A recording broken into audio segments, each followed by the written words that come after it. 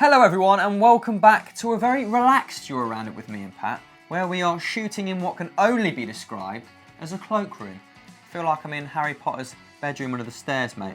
But anyway, let's jump in with our first winners. It's Real Madrid who drew 1-1 in El Clasico with Barcelona, obviously. Passo, please tell me a little bit more, mate. Well, yeah, that draw came in the 90th minute. Suarez had actually nodded Barca in front from a Neymar free kick before Ramos equalised late on from a Luka Modric set piece. Now, Real stay top of the league. They're 6 ahead of Barca, they're 7 above Sevilla and 9 above Atletico. Really, really impressive. They maintain that unbeaten start to the season. Now, Neymar, he loves a big game, mate. Phenomenal delivery for the Suarez goal. Fizzing. He's got 3 goals, 3 assists in 7 La Liga Clásicos. Filthy That's numbers. incredible. He's a big game player. But Real were really, really good in this game. Though they suffered in the second half and could easily have gone further behind, they were excellent in the first half. And overall, they ended up with 14 shots to Barca's 11 and 5 on target to Barca's 2. For an away team at the Camp Nou, that's really, really good. And I think you've got to hang your hat on Luka Modric. What a spectacular performance. In the first half, he was the best player on the pitch. 36 out of 37 passes completed. Metronome.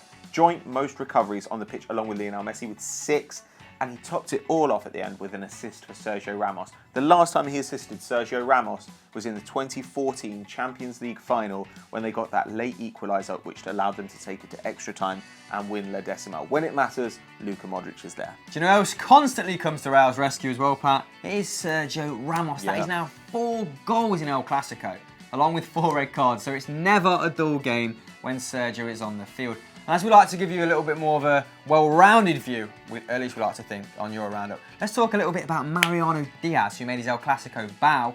He made his first start for Real during the week, the 23-year-old Dominican Republic international, scoring a hat-trick against Cultural Leonesa. And he looked really good. He was really aggressive, really direct when he came on, put some of the Barca defenders on the back foot, particularly Piqué. But this is bad news for Barca. This isn't just a draw, is it? They are now 6 points off top. They now have 27 points, only 27 points after 13 games. That's their worst start to a season since the 07-08 season. But Real go marching on, Pat. They still haven't lost a game because Vasquez has started. That makes it 20 now. That's 17 wins and 3 draws. That's incredible. And can anyone catch them? Let us know in the comments below. Probably not Atletico or Sevilla. Poor week. Our first losers of the weekend are Liverpool, mate. They certainly are, mate. They lost 4-3 to Bournemouth after being 2-0 and 3-1 up. And this is a bit of a recurring pattern this season, isn't it, Pato? Every time Liverpool are given the initiative to seize, they throw it away. We look at the likes of Southampton, Burnley, that draw against Man United at home, and now this result against Bournemouth. So they've been wasteful at moments in this season when really they could have kicked on. But this wasn't a freak result, Pato. Bournemouth actually had 12 shots to Liverpool's 10. They had 8 on target to Liverpool's 3. And although Liverpool had 60% of the possession, are they comfortable with having that amount of the ball, that sheer volume of the ball?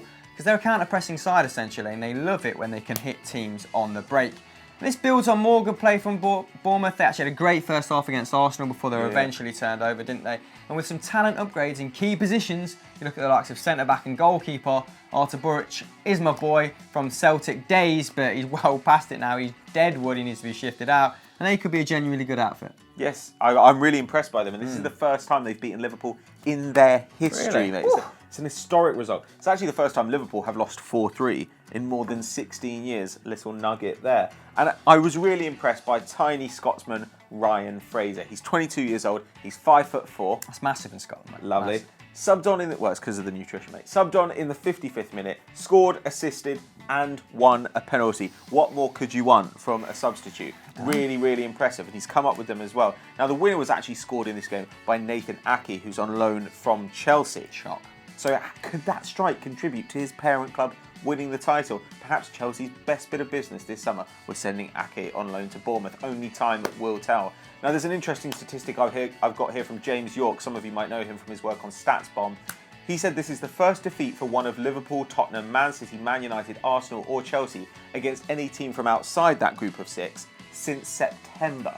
Now that shows you how dominant the top 6 have been so far this season. And if you're slipping up against the lower table sides, then it's likely that could come back to cost you. But where will Liverpool end up this season? Are they truly in the title race? Are they looking at top 4 at best? Let us know what you think in the comments below.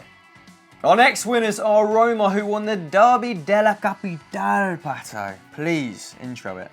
Yes, the Giallorossi beat Lazio 2-0 in a feisty Rome derby, though the atmosphere was a little bit muted. There were only 35,000 people in the Stadio Olimpico as ultras on both sides boycotted the game thanks to stringent new security measures. Roma have now won the last 4 derbies and they're unbeaten in 8 against their city rivals. They continue to have those Roman bragging rights. And Kevin Strootman was once again a key man. He got an assist the last time these teams played. This time he got a goal. Wallace stupidly attempted a step over in his own box, giving it away to the Dutchman, who put it away like a seasoned striker, mate. Little chip over the keeper. Sharper than a pint of vinegar, mate. Lovely stuff. All right, Ray Hudson, calm down, mate. Lazio had more attempts than Roma, 11-7, and they were on the front foot at the beginning. Ciro Immobile made an incredible chance for himself, just 12 minutes in, and then blazed it over. But Lazio had just 2 shots on target in the whole game. That's not really good enough. What do you expect, mate? Well, do you know what I was impressed with in this game? Left back Emerson, him and Nainggolan absolutely dominated that left flank. 60% of Roma's play actually came out the left flank, which is a hugely disproportionate number. The fullback completed 4 dribbles and saw nearly 7% of his team's possession. Now, let's just give you a little point of comparison. Strootman had half of that possession. So it shows you how reliant they were on him not only having the ball, but bombing on. And Nainggolan was actually probably edged man of the match though. He was really up for the battle. He completed 4 tackles, he won 3 headers and scored that double bouncing 35-yard finish, which arguably the keeper should have done better for. But the game was marred again by pathetic scenes between Cataldi, who's actually on the Lazio bench, and Strootman in the aftermath of the first goal. Cataldi just grabbed his shirt and Strootman hit the deck like a harpoon seal, with Cataldi actually being sent off and Strootman being booked, presumably for his theatrics. Lazio are now 4 points behind second place. Roma in 5th and one of 3 teams on 28 points. So again, just below Juve, very competitive in Serie A. Who do you think is going to finish in the Champions League places, guys? Let us know in the comments below, please. We stay in Italy for our next losers, and it's Inter Milan, who lost 3-0 to Napoli thanks to goals from Zielinski, Hamšík and Insigne. Zielinski's goal came after just 1 minute 47 seconds. It was actually the fastest goal for Napoli since over a year ago when Higuain scored after 1 minute 4 seconds, which was also against Inter Milan. The Nerazzurri need to f***ing sort it out in the opening minutes, mate, because they were 1-0 down within 2 minutes. They were 2-0 down within 5 minutes. Absolutely ridiculous. That was thanks to the Slovakian general, Marek Hamšík. He got his 104th goal in all competitions for Napoli. That puts him level with Edinson Cavani in Napoli's all-time top scorer list, and he's actually 11 goals off Maradona's record of 150 from central midfield, mate. What a player he is. Always comes up with the goods when they need it. What a great club servant he's been, and that was why he's my most underrated midfielder in Europe on FFO a couple of weeks ago. If you didn't vote for me, then be ashamed of yourself. Now, these are 2 possession-based sides, aren't they, Pato? They average the highest amount of possession in Serie A. That is the strength of their game. So whoever controlled the game in terms of possession in this particular fixture, you felt was always going to edge it. Now, Napoli did that with 55% possession, but they didn't edge it. They smashed it, with my favourite finish actually being Insigne's. Now, the shots on target in the first half, it was 11 combined, which is another Serie A high. So it was a frenetic first half. But once it settled, and you actually looked at the stats at the end of the game, Napoli almost had double the shots on target of Inter. So they weren't testing the keeper nearly enough. Sarri's side actually remained down in 5th though, because a couple of big victories at the top end of the table, the likes of Juve, the likes of Roma, who we discussed before. 8 points off Juventus, and Inter Milan are now 8th, below Atlanta and Joe Hart's Torino. Will they even get Europa League next year?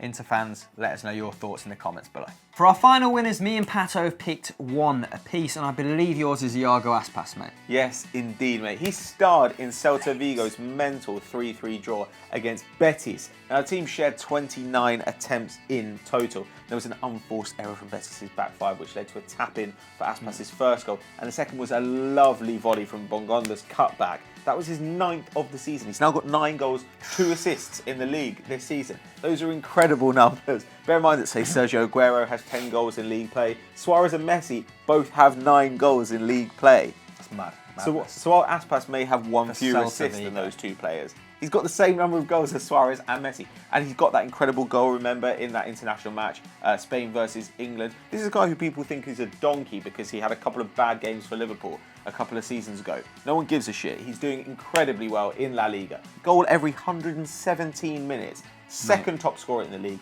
57% of his efforts are on target. That's 10% better than Cristiano Ronaldo because he shoots from f***ing everywhere like an imbecile. What a player Iago Aspas is. He's a winner, mate. Brendan Rodgers knew. He knew, mate. Fuck idiot. Great in the transfer market. So I plucked on Hoffenheim, Pat, who secured a hugely impressive 4-0 win over high-flying Köln with 2 goals from Wagner, 1 from Toljan and 1 from substitute UTH. You tell me. Anyway, they avenged their last defeat, which was actually against Köln in the Cup, and they're still undefeated in the league. Both sides actually carved out 10 opportunities, but Nagelsmann's men were absolutely ruthless in this department, with all the goal scorers converting 100% of their chances. That is madness. Look at Pat's face. He is ecstatic about that sort of information. It did help that Köln's danger man Modeste was not really at the races. He was dispossessed 3 times and only carved out 1 shot for himself. Not good enough, mate. So Modeste, one of the least top goal scorers, not really firing. It's sort of coming up Millhouse for Nagelsmann. Our final losers also come from Germany, and it's Schalke. It is, Pato. They lost 2-1 to RB Leipzig after a run of 12 games without defeat, including that very credible draw with Dortmund. Although this run was halted by an extremely dubious penalty in the opening minute. Have you seen it? Timo Werner has ballsed up his chance. He's taken a tumble. He's not fessed up, and he's duly converted the penalty. Snaky, snaky scenes, Pato. Would you have fessed up? Let us know in the poll above. I want honest answers, guys. I would have duly converted it, but there we go.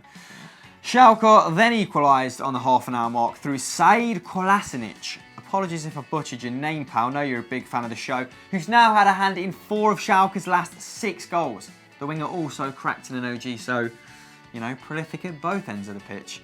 And despite an attacking 3-1-4-2 from Schalke, they couldn't get going. The forward pairing only managed a shot between them. A poultry shot, I should have said there, Pat. The heat maps indicate this was a very attritional game. Both sides lost possession well over 25 times. So, lacked a bit of quality, but RB Leipzig go marching on, mate. Yeah, lack of quality is exactly what I think is right here. The midfield only carved out 2 key passes between the 4 of them. Bentaleb in particular, not terribly good. They've got him in, obviously, on loan from Tottenham with an option to buy. He made 25 fewer passes in this game than the centre-back Naldo. He's not being relied on to pass the ball. What is he doing? There were 9 offsides in this game as well, which is something you don't really see these days. People running offside an awful lot, mate. Well, anyway, Schalke's success has been built on this solid base of Naldo, Hervedes and Nastasic. And they have been really solid in recent times. They've got 7 clean sheets in their last 12 games. So they've really been the little trio that have led to this unbeaten run. And after winning a combined 9 aerial battles and 4 tackles in this game, they must have been a little bit pissed off that the rest of their side couldn't do enough to at least get them a point. But Red Bull Leipzig, they continue their record. They're the only Bundesliga side who've scored in every single game this season. But it's hard to say they deserved it in this one. Anyway, Schalke down in 8th. They're 5 points behind Köln. It remains to be seen if they can get it back together again. But a little bit disappointed on the day. Schalke are in our losers. Time for some special mentions now, Pato. Why don't you boot us off, pal? Yeah, it was a big weekend for Hamburg, who finally got their first win of the season. They're the last team in Europe's top 5 leagues to get a W on the board, and they managed it when they played fellow strugglers Darmstadt this weekend. What a game. Yes, Ajax beat Groningen 2-0, moving swiftly on. Benfica lost, while Porto and Sporting both won. Now, that may be bad news for Benfica, but it's great news for the Liga Nosh. Could be an exciting season for once. Certainly is, Pat, and I love the way you say Nosh. These shouts are from you guys. This is Zitty Official on Twitter. He wanted Man City in the losers section, which I believe you guys covered on winners and losers. Harvey wanted Granada in the winners, which is a great shout after they beat Sevilla 2-1. Well done to them. Jalmari Jailan wanted Tottenham and Arsenal in the winners, but they played Swansea and West Ham respectively, who we think we could give a game at the minute.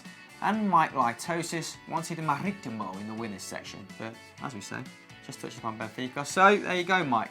So that was this week's Euro Roundup, but who would you have included in the winners or losers category? Let us know in the comments below. And if you enjoyed this, guys, why don't you check out last week's Stat Wars by clicking right here. And as ever, Pat, don't forget to like and subscribe.